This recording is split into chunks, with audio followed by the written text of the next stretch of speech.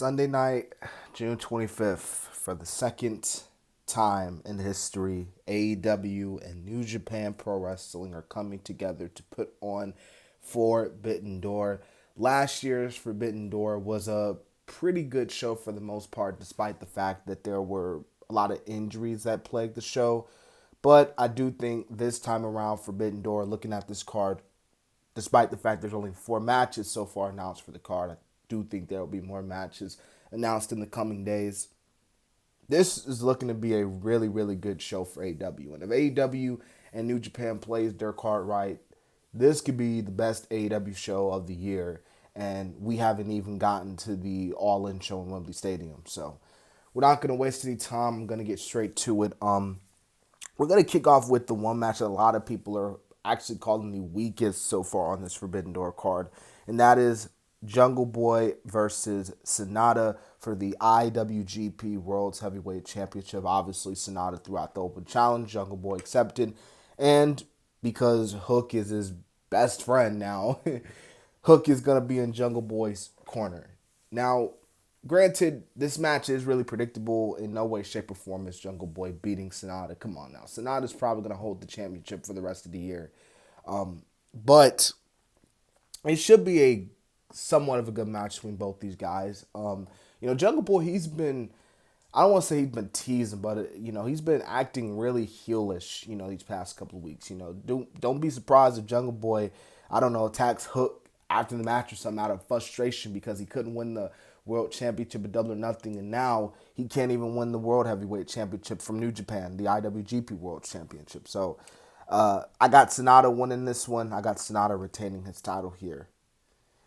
All right, so next, the AEW World Championship will be on the line as Maxwell Jacob Friedman, MJF, the devil himself, defends the title against the ace, Hiroshi Tanahashi. And this matchup is kind of interesting, man, because, a couple years ago, about 2-something years ago, I can't remember, I put out a video saying, the 10 AEW New Japan matches that need to happen and have to go down. And this was actually one of the matches that I said AEW New Japan need to do, and they're finally going to do it at Forbidden Door.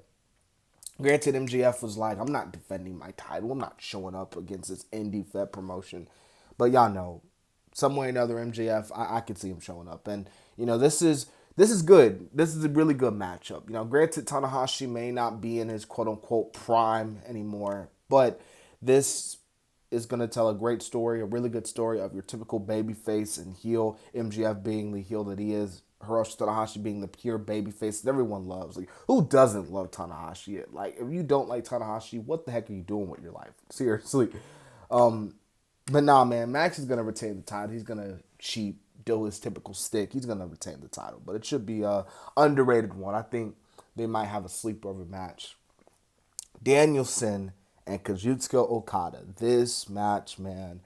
You know what? Because I do think Kenny and Will Osprey might main event the show, I would probably open up the show with this. But, just because this is the match, man, that people want to see. This is the match that people are going to be talking about. Danielson and Okada, these guys are going to go at it. These guys are going to go neck and neck. These guys are going to tear each other apart. And some may say you can make the case for Danielson to win.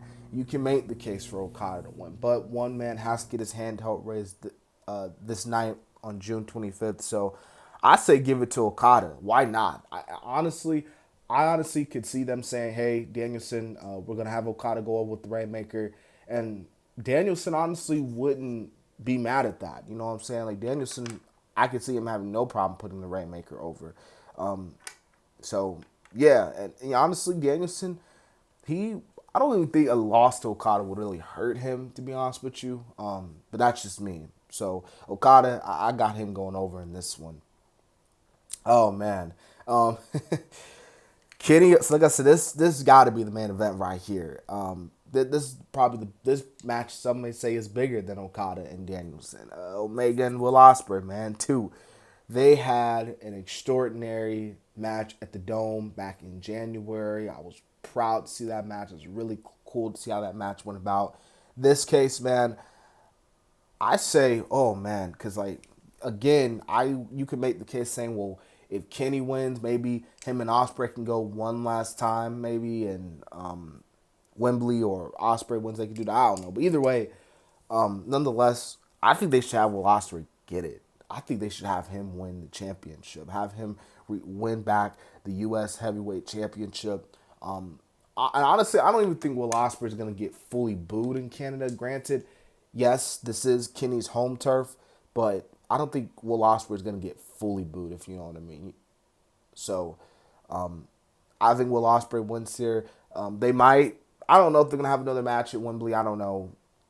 If they don't, it don't matter. This match is really about to be really good, and this is probably gonna be the best AEW match of the year.